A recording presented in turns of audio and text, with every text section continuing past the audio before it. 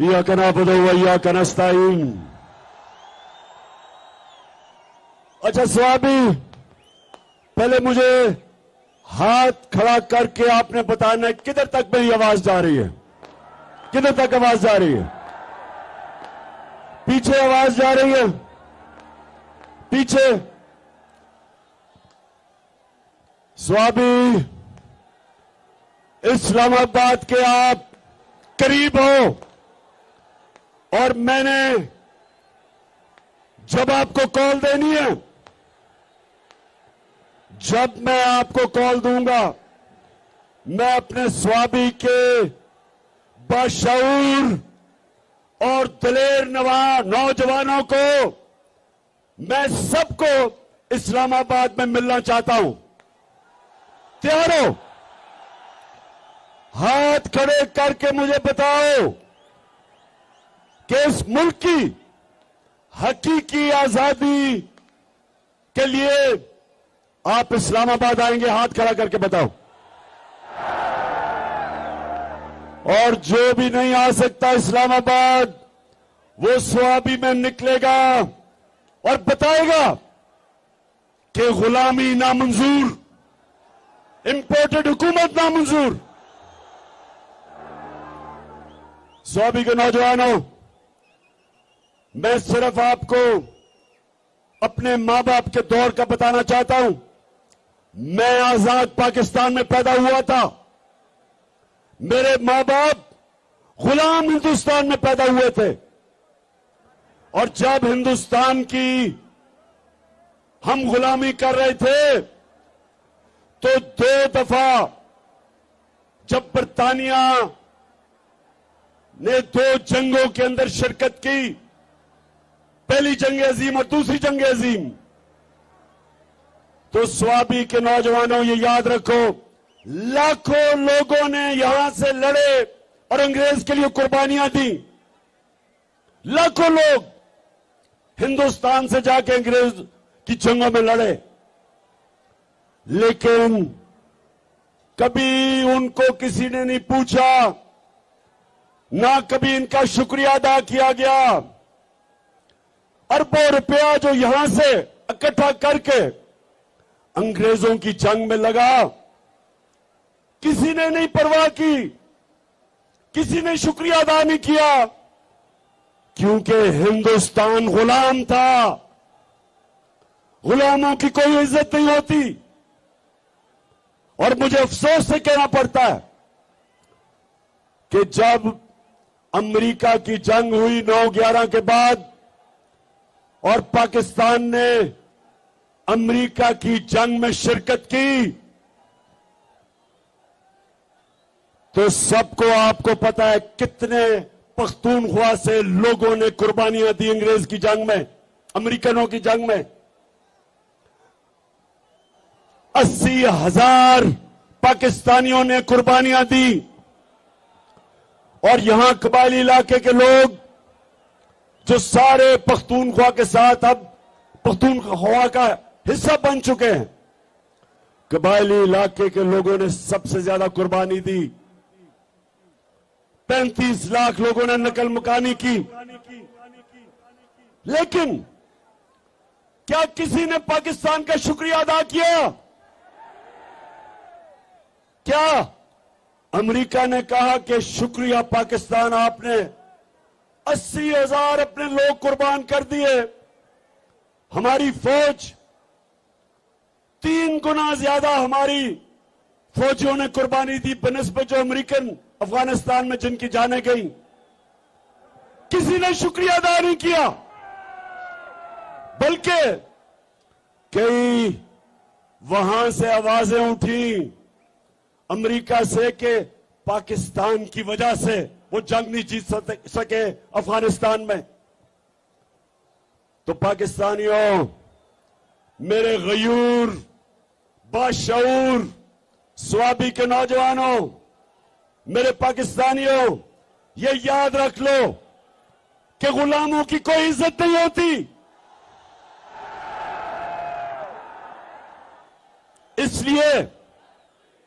इसलिए ये जो इंपोर्टेड हुकूमत अमरीकी साजिश के तहत बाहर की साजिश और अंदर की साजिश ने मिलके जो ये हुकूमत हमारे पे मुलव्वस की है, मेरी कौम आप तैयार हो जाओ। हमने किसी सूरत अमरीकों के गुलामों को, चोरों और डाकुओं को हमने किसी सूरत तस्लीम नहीं करना। इसलिए आप सबने स्वाबी पास है इस्लामाबाद से, आप सबने आना है और मेरे साथ शिरकत करनी है। और हमने इस इंपोर्टेड हुकूमत को पैगाम देना है, और जिन्होंने मुसल्लत किया ये हुकूमत कि ये एक आजाद कौम है, हम वो लोग हैं जो कि दुनिया के सबसे अजीम लीडर हमारे नबी सल्लल्लाहु अलैहि वसल्लम, हम उनकी उम्मत हैं। और स्वाबी जब पाकिस्तान बन रहा था, पाकिस्तान का नारा क्या था? नारा यह था कि पाकिस्तान का मतलब क्या? स्वाबी ये दोनों जरदारी और शरीफ 10 साल जब इन्होंने हुकूमत की 2008 और 18 के दरमियान,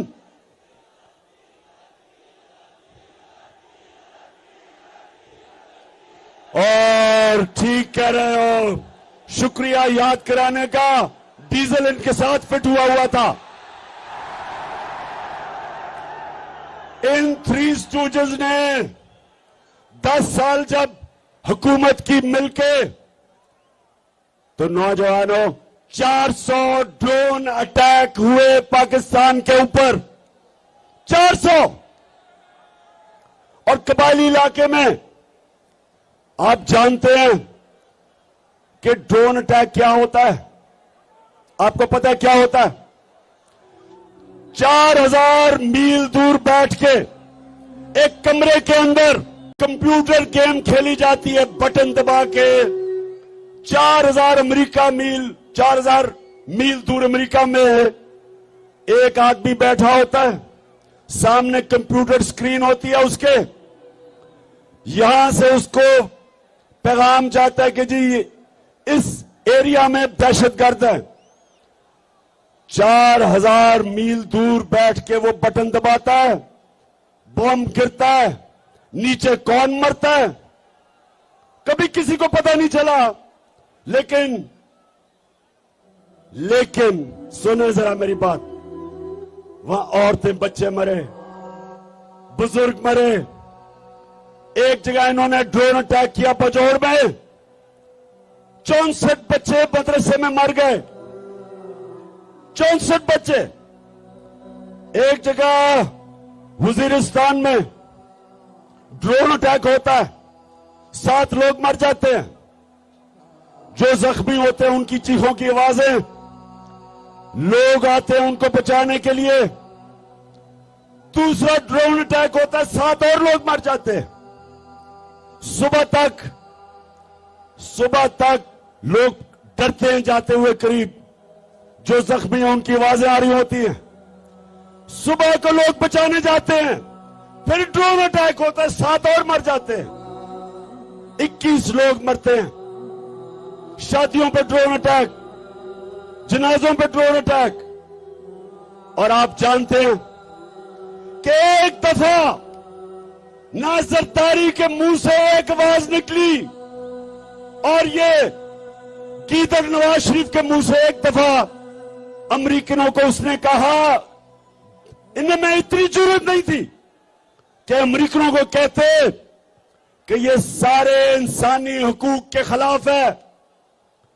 दुनिया का कोई कानून इजाजत नहीं देता कि आप फैसला करें मुजरिम कौन है और आप ही उसको कत्ल कर दें। जज, जूरी, एक्सिक्यूशनर, दुनिया का कोई कानून इजाजत नहीं देता। लेकिन इस मुल्क पे जिनके लिए हम जंग लड़ रहे थे, 400 ड्रोन अटैक हुए, एक दफा इन दोनों ने जुर्रत नहीं की अमेरिका को कहने के लिए कि क्या आप अपने मुल्क में दहशतगर्द के ऊपर ड्रोन अटैक करेंगे? जुर्रत थी इनमें? क्या इनमें यह जुर्रत थी बरतानिया को कहने के लिए कि लंदन में हमारा बड़ा दहशतगर्द जिसने हजारों लोगों को कत्ल करवाया, क्या हमें इजाजत देंगे ड्रोन अटैक करके उसको मारे? तो अगर अपने मुल्क में आप हमें कहते हैं कि अदालत में जाके साबित करो वो दहशतगर्द है, तो हमारे मुल्क में आपने कैसे आपने 400 ड्रोन अटैक किए, बेकसूर लोगों को मारा, औरतें बच्चों को मारा, और ये तो जिनको फिर से इन दो खानदानों को फिर से जो मुसल्लत किया है इसीलिए किया है कि ये उनके गुलाम हैं, इनमें जुर्रत नहीं है, ये पैसे की पूजा करने वाले हैं, ये पैसे के बुत की पूजा करने वाले हैं, इनके पैसे पड़े हैं बाहर, इनके लंदन में अमेरिका में पैसे पड़े हुए हैं, ये कभी अपने लोगों के हकूक के लिए, उनके फायदे के लिए, ये कभी अपनी जुबान उनके अपने आकाओं के सामने जुबान नहीं खोलेंगे।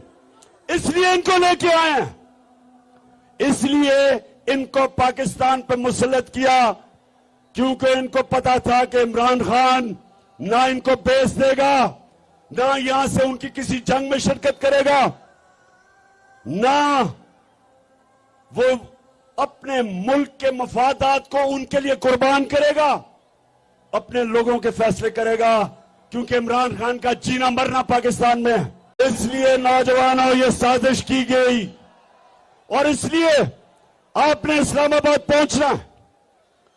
और मगरिब हो रही है, यहीं आपने नमाज पढ़नी है, लेकिन मैं जल्दी जल्दी बात करता हूं।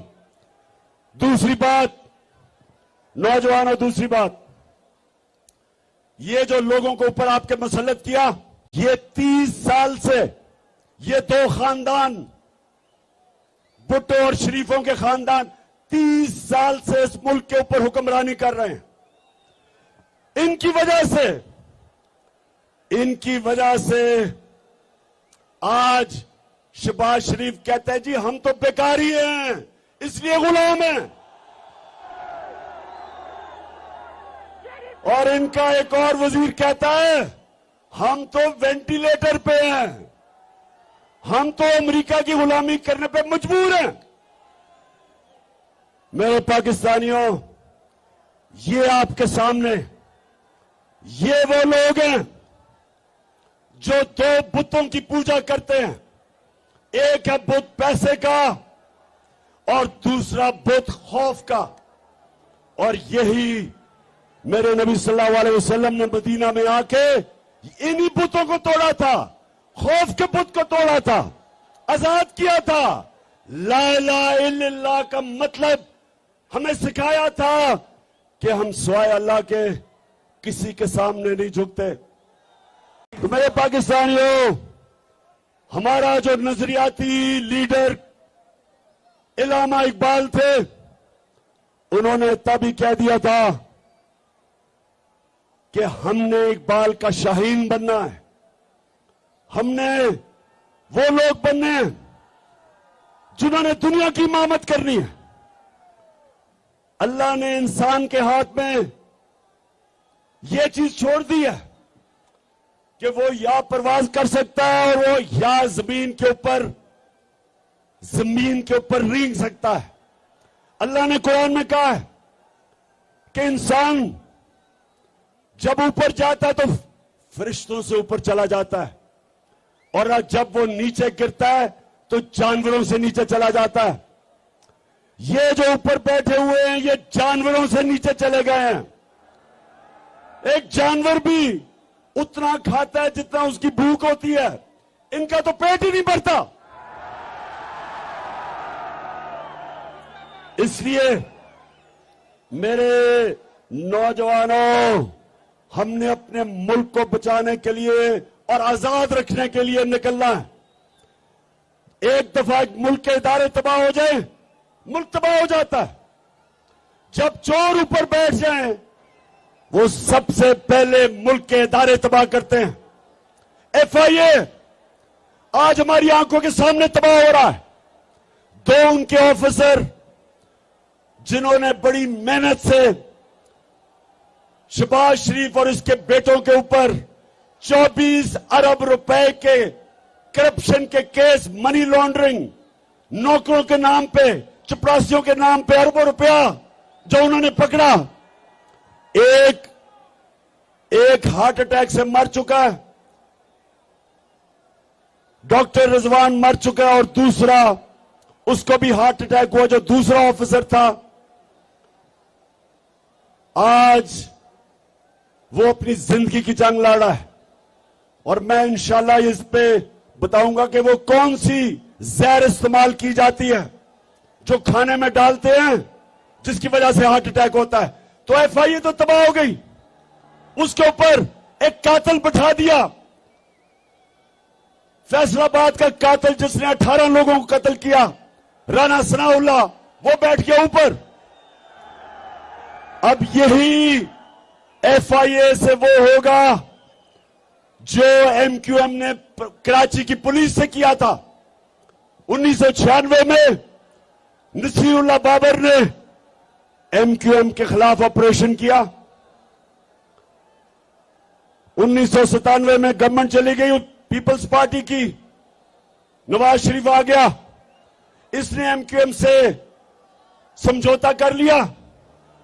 MQM ने चुन चुन के एक एक पुलिस वाले को कत्ल किया जो ऑपरेशन में शामिल था। और आज तक मेरे पाकिस्तानियों, आज तक कराची पुलिस अपने पैर पे नहीं खड़ी हुई, रेंजर बुलाने पड़े हैं। पुलिस खत्म होगी उसके बाद। इसी तरह इदारे खत्म होते हैं जब मुजरिमों को ऊपर बिठाते हैं। और इसलिए मेरे पाकिस्तानियों, हमने इनका मुकाबला करना है, अपने मुल्क को बचाना इन चोरों से, अमेरिकनों के गुलामों से। और आपने सब ने मेरे साथ निकलना है। फिर से हाथ खड़ा करके बताओ, हम निकलोगे?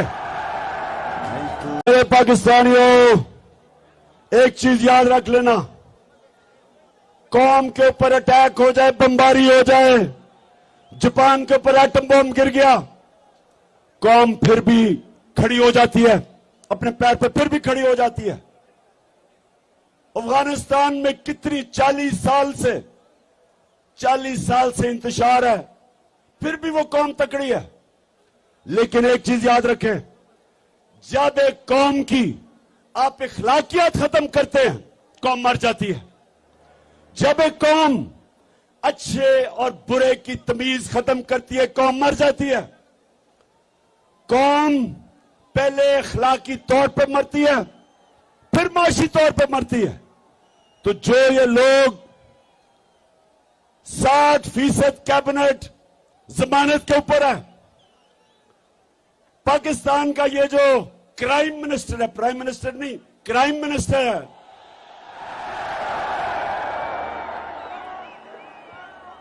इसके ऊपर ये जमानत पे भी है। और इसके ऊपर और बेटे जो चीफ मिनिस्टर है, इनके ऊपर सिर्फ FIA में 24 अरब के केसेस है, नैब में अलग केसेस है। जो इसका भाई लंदन में बैठ के पाकिस्तान के फैसले कर रहा है, वो सजा याफ्ता है, मफरूर है, डाकू है, चोर है, झूठा है। उसकी बेटी जो तकरीरें करती फिर रही है और इसके पीछे रेंजर और इतना प्रोटोकॉल मिल रहा है, वो सजा याफ्ता है, जमानत पे है। तो जिस मुल्क में इस तरह के लोगों को बड़े बड़े ओहदों पे बिठा दिया जाए, उस मुल्क की अखलाकियात तबाह हो जाती है। कौन मेहनत करेगा? क्यों नौजवान 14 साल पढ़ाई करे, मेहनत सुबह से लेकर शाम तक मेहनत करे, जब चोरी में और करप्शन में पैसा बन जाता है? इससे कौमें तबाह होती हैं। चाइना जब उठा और आज दुनिया में सबसे तेजी से तरक्की कर रहा है, 450 वजीरों को उसने करप्शन में पकड़ा। पिछले 7 सालों में 450 वजीरों को करप्शन में पकड़ा। कोई कौम तरक्की नहीं कर सकती जब तक उसकी अखलाकियात ऊपर ना हो। इसलिए